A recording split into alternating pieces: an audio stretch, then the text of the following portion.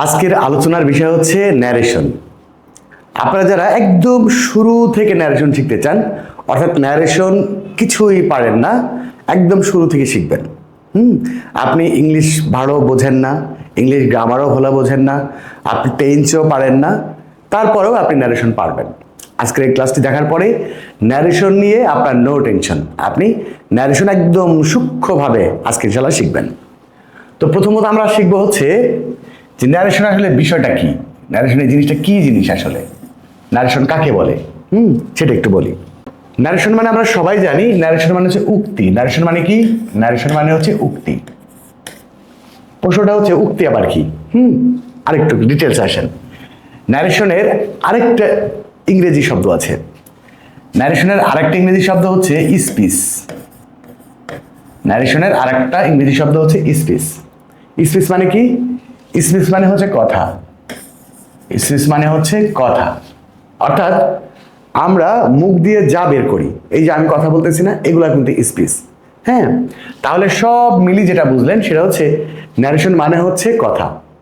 মানে আমরা মুখ দিয়ে যা বলি সেটাই হচ্ছে ন্যারেশন, সেটাই হচ্ছে স্পিচ, সেটাই হচ্ছে উক্তি, সেটাই হচ্ছে কথা। তাহলে ন্যারেশন কি জিনিস আসলে ক্লিয়ার হয়েছেন। এখন আসেন ন্যারেশনের কাজটা কি। ন্যারেশনের কাজটা হচ্ছে একজনের কথা অন্যজনের কাছে ডিসপাস করার একটা পদ্ধতি। ন্যারেশন কি জিনিস?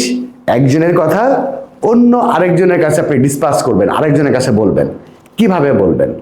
এই প্রক্রিয়া বা এই পদ্ধতির নামই হচ্ছে ন্যারেশন। দেখেন, ধরেন আপনার শিক্ষক আপনাকে জিজ্ঞেস করেছে, আচ্ছা এই আজকে রানা স্কুলে এসেছে? আপনি বললেন রানা স্কুলে আসেনি। স্যার জিজ্ঞেস করলো রানা কেন আসেনি? আপনি আপনার স্যারকে বললেন যে স্যার রানা আমাকে বলল, রানা আমাকে বলল, রানা আমাকে বলল আমি আমি আজ আমি আজ স্কুলে আমি আজ স্কুলে যাব না, আমি আজ স্কুলে যাব না। এই দেখেন, আপনার স্যার কি করেছিল? আপনাকে জিজ্ঞেস করেছিল যে রানা আজ স্কুলে আসেনি কেন? আপনি বললেন যে রানা আমাকে বলল আমি আজ স্কুলে যাব না। দেখেন, আপনি কি করেছেন? রানা আপনাকে যে কথাটা বলেছে, এই কথাটা কোনো রকম পরিবর্তন ছাড়াই আপনি রানাকে বলে দিলেন।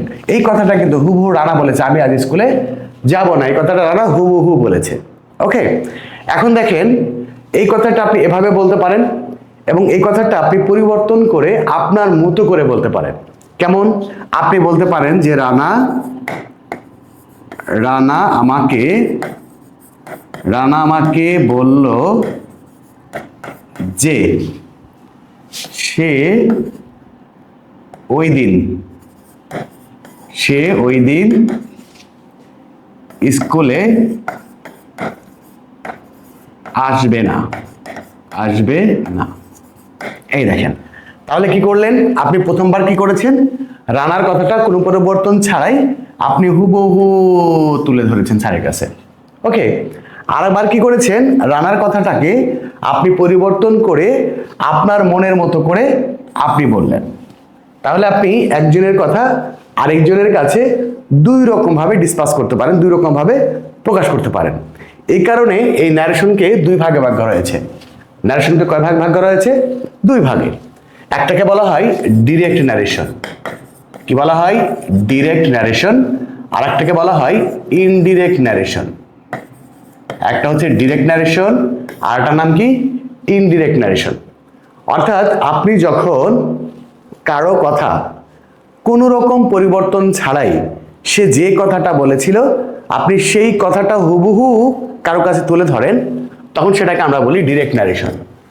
আর যখন সেই কথাটা পরিবর্তন করে নিজের মতো করে বলা হয়, তখন সেটাকে বলা হয় ইনডিরেক্ট ন্যারেশন। ওকে, তাহলে ন্যারেশন কয় রকম? দুই রকম।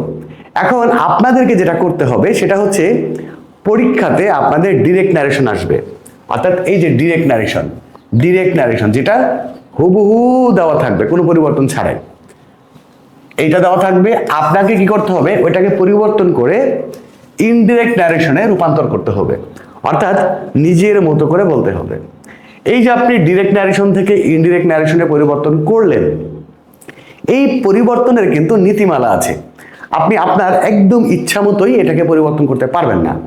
এটাকে পরিবর্তন করতে গেলে কিছু নিয়ম কানুন আছে, সেইগুলা মেনে আপনাকে পরিবর্তন করে বলতে হবে। ওকে, তো এখন আমরা শিখবো যে এই ন্যারেশন আপনি ডিরেক্ট ন্যারেশন থেকে কিভাবে ইনডিরেক্ট ন্যারেশনে পরিবর্তন করবেন। তো এই পরিবর্তন শেখার আগে আপনাকে ন্যারেশনের আরো কিছু বিষয় আপনাকে আরেকটু জানতে হবে, সেগুলো আমি একটু বলি আপনাকে। দেখেন, এই যে দেখতেছেন আমি একটা সেন্টেন্স লিখেছি, এই সেন্টেন্সটা Robin said to Mita I want to gate your pain. হ্যাঁ, এই সেন্টেন্সটা হচ্ছে একটা ডিরেক্ট ন্যারেশন, অর্থাৎ রবিনের কথাটা কোনো রকম পরিবর্তন ছাড়াই হুবহু তুলে ধরা হয়েছে। এখন এই সেন্টেন্সটাকে পরিবর্তন করতে হবে ইনডিরেক্ট ন্যারেশনে। তো পরিবর্তন করতে গেলে আপনাকে বেশ কিছু বিষয় মাথায় রাখতে হবে। সেটা কি? এই যে কমাটা দেখতেছেন, এই যে এখানে একটা কমা দেওয়া আছে, এখানে একটা কমা দেওয়া আছে, এই কমাটার নাম হচ্ছে ইনভার্টেড কমা বা কোটেশন মার্ক। হ্যাঁ, এই ইনভার্টেড কমার মধ্যে যে অংশটা থাকবে এটাকে আমরা বলি রিপোর্টেড স্পিচ। রিপোর্টেড স্পিচ অর্থাৎ এইটাই কিন্তু মূল কথা। এই যে কি, রবিন সেড টু মিতা, রবিন মিতাকে এই কথাটা বলেছিল, এই জন্য এটাকে বলা হয় কি রিপোর্টেড স্পিচ, মানে যে কথাটা বলা হয়েছিল সেই কথাটা, এটার নাম কি রিপোর্টেড স্পিচ। আর যে কথাটা বলেছে এবং শুনেছে অর্থাৎ ইনভার্টেড কমার বাইরের যে অংশটা, এই অংশটাকে বলা হয় রিপোর্টিং ভার্ব। কি বলা হয়? রিপোর্টিং ভার্ব বলা হয়। এখন যেহেতু ন্যারেশন মানেই যেহেতু কথা, তার মানে একজনের কথাটা বলেছে এবং অন্য আরেকজন কথাটা শুনেছে। যে এই কথাটা বলেছে, এই যে কথাটা, এই রিপোর্টেড স্পিচটা যে বলেছে তাকে আমরা বলি হচ্ছে রিপোর্টিং ভার্বের সাবজেক্ট। রিপোর্টিং ভার্বের সাবজেক্ট, সংক্ষেপে আমরা আরভিএস বলতে পারি, রিপোর্টিং ভার্বের সাবজেক্ট। কথাটা কে শুনেছে? কথাটা শুনেছে হচ্ছে মিতা। মিতাকে আমরা বলবো রিপোর্টিং ভার্বের অবজেক্ট। রিপোর্টিং ভার্বের অবজেক্ট আপনি অন্যভাবে বলতে পারেন, সেটা হচ্ছে যে কথাটা বলেছে তাকে আমরা বলি হচ্ছে স্পিকার। কি বলি? স্পিকার। যে কথাটা বলেছে তাকে আমরা বলি স্পিকার, আর যে কথাটা শুনেছে তাকে আমরা বলি হচ্ছে লিসেনার। লিসেনার অর্থাৎ স্পিকার মানে হচ্ছে বক্তা আর লিসেনার মানে হচ্ছে শ্রোতা। তাহলে আমরা মোটামুটি বুঝে গেলাম যে ইনভার্টেড কমার মধ্যে যে অংশটা থাকবে সেটাকে বলা হয় রিপোর্টেড স্পিচ, ইনভার্টেড কমার বাইরে যে অংশটা থাকবে সেটাকে আমরা বলবো রিপোর্টিং ভার্ব। আর এই কথাটা যাকে যে বলেছে তাকে আমরা বলবো স্পিকার অথবা রিপোর্টিং ভার্বের সাবজেক্ট, আর এই কথাটা যে শুনেছে তাকে আমরা বলবো রিপোর্টিং ভার্বের অবজেক্ট অথবা লিসেনার। ওকে, তাহলে আপাতত একটা ন্যারেশনের মধ্যে কি কি অংশ থাকে এবং সেগুলোর নাম কি কি, পরিচয় কি কি আমরা জেনে গেলাম। এখন আসেন, এই যে রিপোর্টেড স্পিচ, এর মধ্যে তিনটা জিনিস থাকে। হ্যাঁ, এর মধ্যে কয়টা জিনিস থাকে? তিনটা জিনিস থাকে।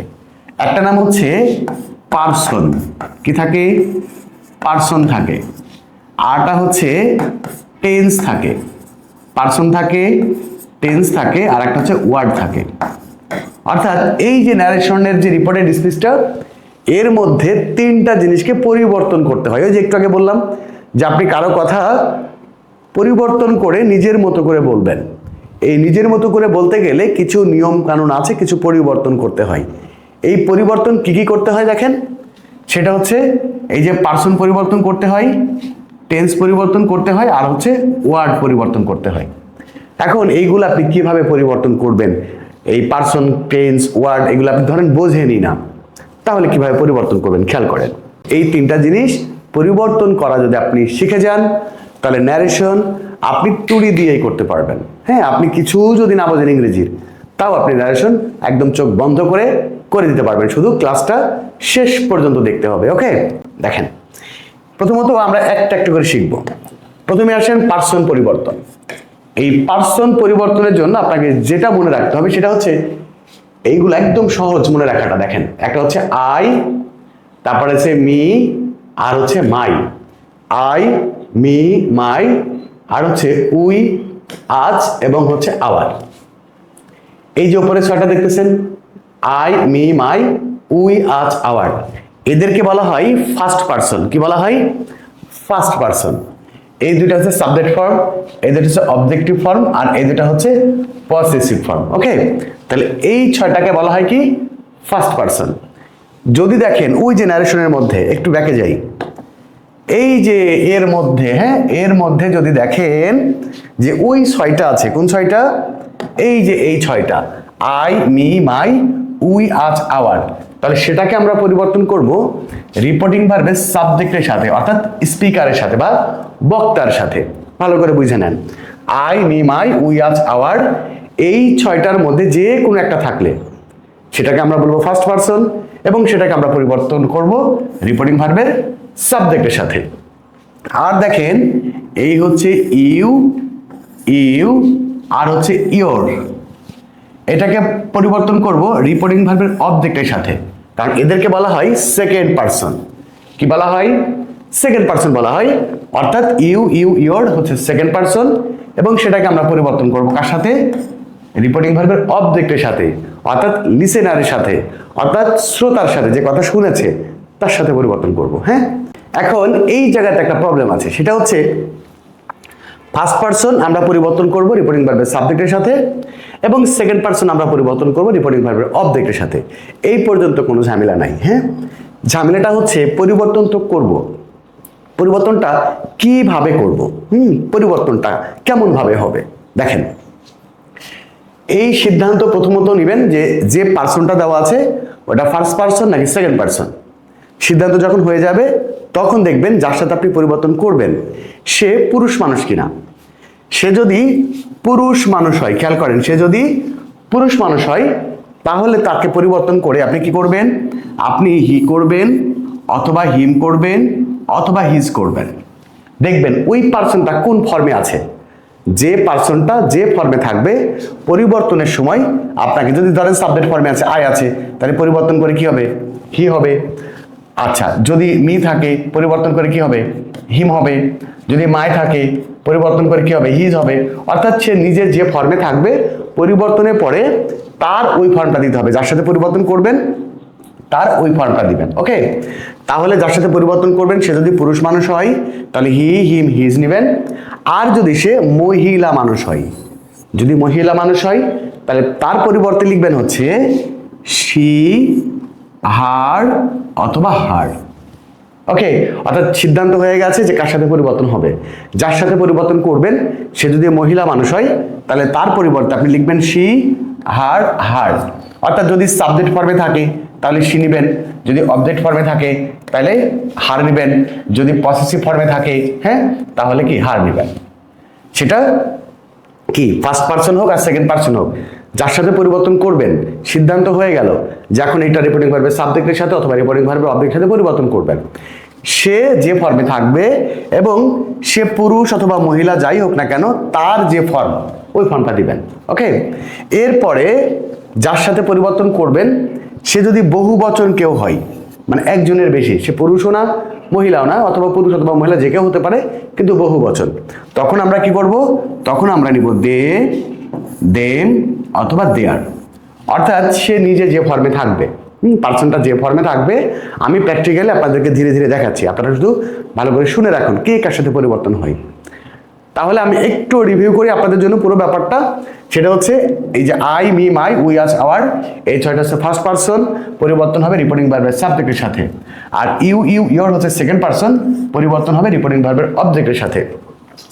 যার সাথে পরিবর্তন করবেন সে রিপোর্টিং ভার্বের সাবজেক্ট অথবা অবজেক্ট যাই হোক না কেন, যার সাথে পরিবর্তন করবেন সে যদি পুরুষ হয় তাহলে হি, হিম, হিজ, মহিলা হলে শি, হার, হার, আর বহু বচন হলে দে, দেম, দেয়ার লিখবেন। ওকে, এখন ওই যে পার্সনগুলো এখানে দেখেন, এগুলো হচ্ছে সাবজেক্ট ফর্ম, এগুলো হচ্ছে অবজেক্ট ফর্ম, এগুলো হচ্ছে পসেসিভ ফর্ম। যদি সাবজেক্ট ফর্মে থাকে তাহলে হি, শি, অথবা দে হবে। যদি অবজেক্ট ফর্মে থাকে তাহলে হিম, হার, অথবা দেম হবে। আর যদি পসেসিভ ফর্মে থাকে তাহলে কি হবে? হিজ, হার, অথবা দেয়ার হবে। তাহলে আশা করছি পার্সন পরিবর্তনটা বুঝছেন। জাস্ট এই ছকটা যদি আপনি মনে রাখেন, পার্সন পরিবর্তন, নো টেনশন। এবারে আসেন, এবারে হচ্ছে টেন্স পরিবর্তন। তো টেন্স পরিবর্তন এবং পরবর্তী অংশটা আলোচনা করার পূর্বে আমি আপনাদেরকে ছোট্ট একটা মেসেজ দিয়ে দিই। সেটা হচ্ছে খুব শীঘ্রই আগামী এক সপ্তাহের মধ্যে আপনাদের academic English class 6, 7, 8 academic English অর্থাৎ আপনাদের ইংলিশ ফার্স্ট পেপার এবং ইংলিশ সেকেন্ড পেপারের পুরো এই যে 150 মার্কের, হ্যাঁ, পুরো 150 মার্কের কমপ্লিট প্রিপারেশন নিয়ে নতুন আরেকটি অর্থাৎ দ্বিতীয় অনলাইন ব্যাচটি শুরু হতে যাচ্ছে। আপনি চাইলে একদম প্রত্যেকটা টপিক নিজের মনের মতো করে একদম মাথার মধ্যে যদি আপনি ঢুকিয়ে নিতে চান, এমনভাবে একদম বিস্তারিতভাবে শিখতে চান, এবং আপনি পরীক্ষাতে কমনের আশা না, পরীক্ষাতে যাবেন নাচতে নাচতে, আসবেন নাচতে নাচতে, প্রত্যেকটা টপিক যদি একদম ক্লিয়ারলি শিখে নিতে চান, তাহলে যারা 6, 7, 8-এ পড়েন তারা একাডেমিক ইংলিশে ভর্তি হতে পারেন। একাডেমিক ইংলিশ কোর্সে ভর্তি হওয়ার জন্য জাস্ট আপনি এই নাম্বারটা একটু মনে রাখেন, সেটা হচ্ছে 01855357592। এটা হচ্ছে হোয়াটসঅ্যাপ নাম্বার। ওকে, আপনি হোয়াটসঅ্যাপে মেসেজ দিবেন। আপনি মেসেজে শুধু লিখবেন যে আপনি কোন ক্লাস, যদি শিখতে পড়েন তাহলে বলবেন ক্লাস 6, যদি 7-এ পড়েন তাহলে বলবেন ক্লাস 7, আর যদি ক্লাস 8-এ পড়েন তাহলে লিখবেন ক্লাস 8। ব্যাস, এই যে ক্লাসে পড়েন আপনি জাস্ট এই মেসেজটা দিলেই আমি বুঝে নেব যে আপনি এই কোর্সে ভর্তি হতে চাচ্ছেন অথবা এই কোর্স সম্পর্কে বিস্তারিত জানতে চাচ্ছেন। ওকে, আমি আপনাকে এই কোর্সের ডিটেলসটা দিয়ে দিব, কত টাকা কোর্স ফি, কখন ক্লাস হবে, কিভাবে ক্লাস হবে, বিস্তারিত দিয়ে দিব। ব্যাস, আপনি পড়বেন, জানবেন, শুনবেন, ভর্তি হয়ে যাবেন। ওকে, এবার আসেন, তাহলে এবারে আমরা কি শিখবো? এবারে আমরা শিখবো টেন্স পরিবর্তন। এখন সমস্যা, আপনি টেন্সই পারেন না, নো টেনশন, টেন্স পারেন না, কোনো ব্যাপার না, আপনি খালি এই ছকটা মনে রাখবেন, ঠিক আছে? এই ছকটা মনে রাখবেন, আপনার টেন্স জানা ছাড়াই আপনি ন্যারেশনের টেন্স পরিবর্তন করতে পারবেন। সেটা কি? যদি কখনো দেখেন আপনি যে সেন্টেন্সের ন্যারেশন করবেন ওই সেন্টেন্সের মধ্যে দেখেন এম ইজ আর আছে, কি আছে? এম ইজ আর, সাবজেক্ট অনুযায়ী ওয়াজ অথবা ওয়ার বসাবেন, অর্থাৎ এম ইজ আর এর যে কোনো একটা থাকলে সেখানে ওয়াজ অথবা ওয়ার দুটাই হতে পারে। ওয়াজ হবে নাকি ওয়ার হবে সেটা নতুন সাবজেক্টের উপর নির্ভর করবে। ওকে, সাবজেক্ট যেহেতু পরিবর্তন হবে, নতুন সাবজেক্টের উপর নির্ভর করে ওয়াজ অথবা ওয়ার দিয়ে দিবেন, ঠিক আছে?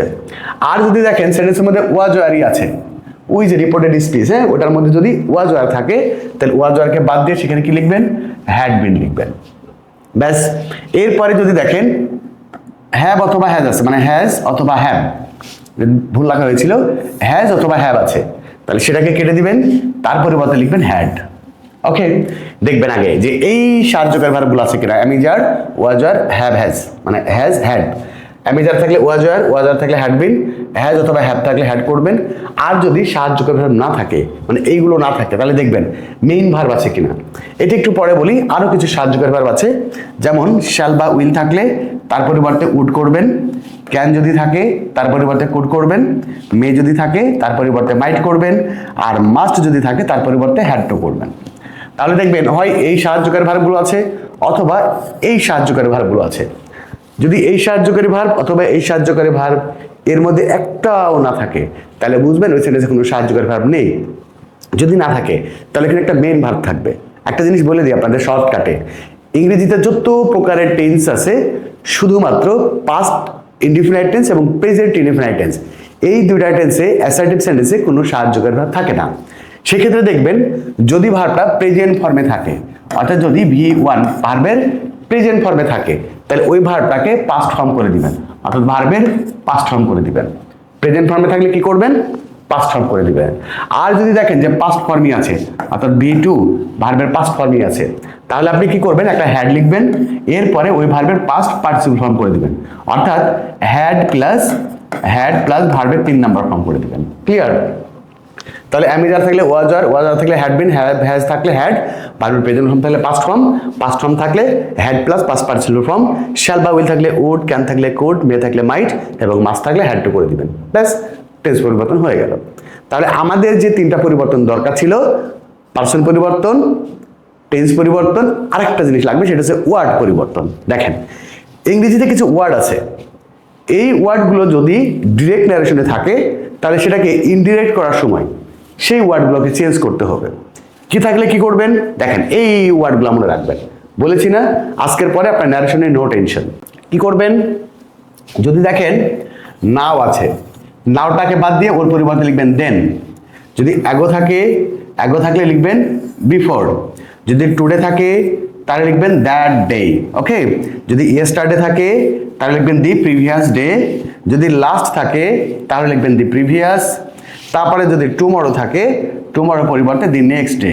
ওকে, এরপরে দেখেন যদি নেক্সট থাকে তাহলে তার পরিবর্তে লিখবেন দি ফলোয়িং, দিস থাকলে দ্যাট লিখবেন, দিস থাকলে দোজ লিখবেন, আর টু নাইট থাকলে দ্যাট নাইট লিখবেন, আর হিয়ার থাকলে দেয়ার লিখবেন। ব্যাস, তাহলে আপনি এই ওয়ার্ডগুলো এবং এই ওয়ার্ডগুলো একটু মুখস্থ করে ফেলবেন। যদি এই ওয়ার্ডগুলো থাকে তাহলে এই ওয়ার্ডগুলো লিখবেন, এই ওয়ার্ডগুলো থাকলে এই ওয়ার্ডগুলো লিখবেন। তাহলে ন্যারেশন পরিবর্তনের জন্য কি লাগে? তিনটা জিনিস জানা লাগে, একটা হচ্ছে পার্সন পরিবর্তন, টেন্স পরিবর্তন, আর হচ্ছে ওয়ার্ড পরিবর্তন। তাহলে এই তিনটা জিনিস আশা করছি আপনারা ক্লিয়ার হয়েছেন। ওকে, এরপরে দেখেন কি কাজ। এরপরে একটা জিনিস মনে রাখবেন, একটু আগে আমি আপনাদেরকে বলেছিলাম ন্যারেশন মানে হচ্ছে কথা। ন্যারেশন মানে কি? কথা। আমরা কত রকমের কথা বলি, আমরা যত কথাই বলি না কেন সেই কথাগুলো কিন্তু এই 5 রকমের হয়। এই 5 রকম কথার বাইরে আমরা আর একটা কথাও বলতে পারি না। সেগুলা কি কি? একটা হচ্ছে অ্যাসার্টিভ সেন্টেন্স, মানে অ্যাসার্টিভ কথা, আর একটা হচ্ছে ইন্টারোগেটিভ সেন্টেন্স, আর একটা হচ্ছে ইম্পারেটিভ, আর একটা হচ্ছে অপটেটিভ, আর একটা হচ্ছে এক্সক্লামেটরি। এই টোটাল হচ্ছে 5 রকম কথা আমরা বলি। এই 5 রকম কথার ন্যারেশন পরিবর্তনের 7টা নিয়ম আছে। কয়টা? 7টা। জাস্ট 7টা নিয়ম। আর এতক্ষণ ধরে যা শিখলেন এগুলো যদি জানেন তাহলে ন্যারেশন আপনার ওকে হয়ে গেল সারা জীবনের জন্য। এখন ক্লাস 6, 7, 8-এ পড়ছেন, এখনো পারবেন। কলেজে উঠবেন, এইচএসসিতে পড়বেন, তখন ন্যারেশন থাকবে, তখনও পারবেন, সারা জীবন পারবেন। ওকে, দেখেন এরপরে কথা হচ্ছে আমরা আজকে অ্যাসার্টিভ সেন্টেন্সটা শিখে নিই। যে সেন্টেন্সটা অ্যাসার্টিভ সেন্টেন্স, সেই সেন্টেন্সের ন্যারেশন পরিবর্তন করতে গেলে আপনাকে এই 5টা অংশ মনে রাখতে হবে। এই 5টা কি কি? 1 নম্বরের কাজ রিপোর্টিং ভার্বের সাবজেক্ট নেবেন। ওকে, 2 নম্বরের কাজ, অনেকে একটা কথা বলে যে সেড টু থাকলে টোল্ড হয় আর টোল্ড থাকলে সেড টু হয়। নো, সেড টু অথবা টোল্ড যেটাই থাকুক না কেন, অথবা এর বাইরে অন্য কিছু যদি থাকে, তখনও অ্যাসার্টিভ সেন্টেন্সের ন্যারেশন পরিবর্তন করার সময় আপনি সেড টু অথবা টোল্ড দুটোর মধ্যে যে কোনো একটা নিতে পারবেন। ওকে, এরপরে নেবেন রিপোর্টিং ভার্বের অবজেক্টটা নেবেন, এরপর একটা দ্যাট নেবেন। হ্যাঁ, অনেকে বলে কি যে ইনভার্টেড কমা উঠে দ্যাট বসে। যদি ইনভার্টেড কমা নাও থাকে, একই সেন্টেন্স যারা প্যাসিভ ন্যারেশন করবেন একই সাথে অনেকগুলো সেন্টেন্স থাকতে পারে একই বক্তার, তখন কিন্তু ইনভার্টেড কমা থাকবেও না। তো ইনভার্টেড কমা থাকুক অথবা না থাকুক, আপনি রিপোর্টিং ভার্বের অবজেক্ট নেওয়া হয়ে গেছে এবং সেন্টেন্সটা অ্যাসার্টিভ, তখন একটা দ্যাট নেবেন। এরপরে ওই যে শিখলাম পার্সন, টেন্স আর হচ্ছে ওয়ার্ড পরিবর্তন করে দিবেন, তাহলেই ন্যারেশন হয়ে যাবে। যেমন এটা একটা অ্যাসার্টিভ সেন্টেন্স, আমরা যদি এটা ন্যারেশন করি তাহলে প্রথম কাজ রিপোর্টিং ভার্বের সাবজেক্ট নেবেন, তাহলে কি লিখবেন? রবিন, রবিন। 2 নম্বর কাজ সেড টু অথবা টোল্ড নিয়ে নেবেন, যেটা ইচ্ছা সেড টু নিলাম। আর তারপরে কি? মিতা, রিপোর্টিং ভার্বের অবজেক্ট। মিতা, এই যে রিপোর্টিং ভার্বের অবজেক্ট নেবেন। তবে এখানে আরেকটা কথা বলি, যদি রিপোর্টিং ভার্বের অবজেক্ট না থাকে, যদি রিপোর্টিং ভার্বের অবজেক্ট না থাকে তখন শুধু নেবেন সেইড, তখন আর সেইড টু না, শুধু সেইড নেবেন, এরপরে দ্যাট বসে যাবে। ওকে, এরপরে দ্যাট। রিপোর্টিং ভার্বের অবজেক্ট যদি না থাকে তখন আর টুটা নেবেন না। ক্লিয়ার? তাহলে এখন যত রিপোর্টিং ভার্বের অবজেক্ট আছে সেক্ষেত্রে আমরা কি লিখলাম? রবিন সেড টু মিতা, তারপর একটা দ্যাট নিলাম। এরপরে কাজটা বলি, এই এখনকার কাজটা গুরুত্বপূর্ণ কাজ, সেটা হচ্ছে এই যে সেন্টেন্সটা দেখতেছেন, এই সেন্টেন্সটা প্রত্যেকটা ওয়ার্ডের দিকে তাকাবেন। যে ওয়ার্ডটা পার্সন, টেন্স এবং ওয়ার্ডের মধ্যে পড়বে পরিবর্তন করে দিবেন, আর যেটা পড়বে না সেটা হুবহু লিখে দিবেন। যেমন দেখেন আই একটা দেওয়া আছে, আই দেওয়া আছে, আইটা হচ্ছে first person. First person reporting ভার্বের সাবজেক্টের সাথে পরিবর্তন হয়। ওকে, এখন দেখেন রিপোর্টিং ভার্বের সাবজেক্ট হচ্ছে রবিন, রবিন হচ্ছে একটা পুরুষ মানুষ, তাহলে পুরুষ মানুষ হলে কি হয়? হি, হিম, হিজ হয়। এটা যেহেতু সাবজেক্ট এই জন্য আমরা রবিনের সাথে পরিবর্তন করে আমরা হি লিখলাম। ওকে, এরপরে দেখেন এখানে কোনো অক্সিলারি ভার্ব নাই, মানে সাহায্যকারী ভার্ব নেই, ভার্বটা প্রেজেন্ট ফর্মে আছে। তো ভার্বটা প্রেজেন্ট ফর্মে আছে, কি করবেন? প্রেজেন্ট ফর্মে থাকলে ভার্বটাকে পাস্ট ফর্মে করে দিবেন, ওয়ান্টেড। এই দেখেন ওয়ান্টেড। এরপরে দেখেন টু পরিবর্তনের কোনো নিয়ম নেই, বসাই দিবেন। গেট পরিবর্তনের নিয়ম নেই, বসাই দিবেন। তারপরে ইওর দেখেন, ইওর হচ্ছে সেকেন্ড পার্সন। ইওরটা কি? ইওরটা হচ্ছে সেকেন্ড পার্সন, পরিবর্তন হবে রিপোর্টিং ভার্বের অবজেক্টের সাথে। তো রিপোর্টিং ভার্বের অবজেক্টের সাথে পরিবর্তন করেন, মিতা হচ্ছে মহিলা মানুষ, আর মহিলা মানুষের সাথে পরিবর্তন করলে কি হয়? শি, হার, হার হয়, শি হয়, হার হয়, হার হয়। এখন এটা হচ্ছে পসেসিভ কেস, আর মহিলা মানুষের পসেসিভ হচ্ছে হার। ওকে, তাহলে এখন আমরা বলবো হার, এরপরে পেন, পেন পরিবর্তনের কোনো নিয়ম নেই, বসাই দিবেন। ব্যাস হয়ে গেল। দেখেন Robin said to Mita, I want to get your pen, আর এটা ন্যারেশন পরিবর্তন করে ইনডিরেক্ট করার সময় কি হয়েছে, Robin said to Mita that he wanted to get her pen. Okay, এবার দেখেন আরো কিছু উদাহরণ আমরা করি। Nila said to Pavel you are my best friend.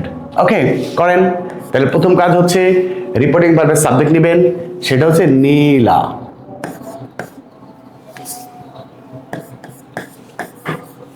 নীলা, এরপরে কি নেবেন, সেড টু অথবা টোল্ড, যে কোনো একটা নিতে পারবেন কিন্তু বলে দিয়েছি। হ্যাঁ, সেড টু, তারপরে হচ্ছে পাভেল। পাভেল, এরপরে একটা দ্যাট নিয়ে নেবেন, দ্যাট। এখন এই যে আমরা পার্সন টেন্স আর ওয়ার্ড পরিবর্তন করে দিব। ইউ সেকেন্ড পার্সন, পাভেলের সাথে পরিবর্তন হলো। পাভেল হচ্ছে পুরুষ মানুষ। হ্যাঁ, পুরুষ মানুষের সাথে পরিবর্তন করলে কি হয়, হি হিম হিজ হয়। ইউ যদি সাবজেক্টের জায়গায় আছে তাহলে আমরা এখন বলবো হি। ওকে, আর এখানে কি আছে, আর আছে। আমি যা থাকলে কি হয়, ওয়াজ ওয়ার হয়। তাহলে এই যে হির সাথে কি হয়, ওয়াজ হয়, তাহলে হি ওয়াজ। তারপরে দেখেন my first person, my first person পরিবর্তন হবে নীলার সাথে।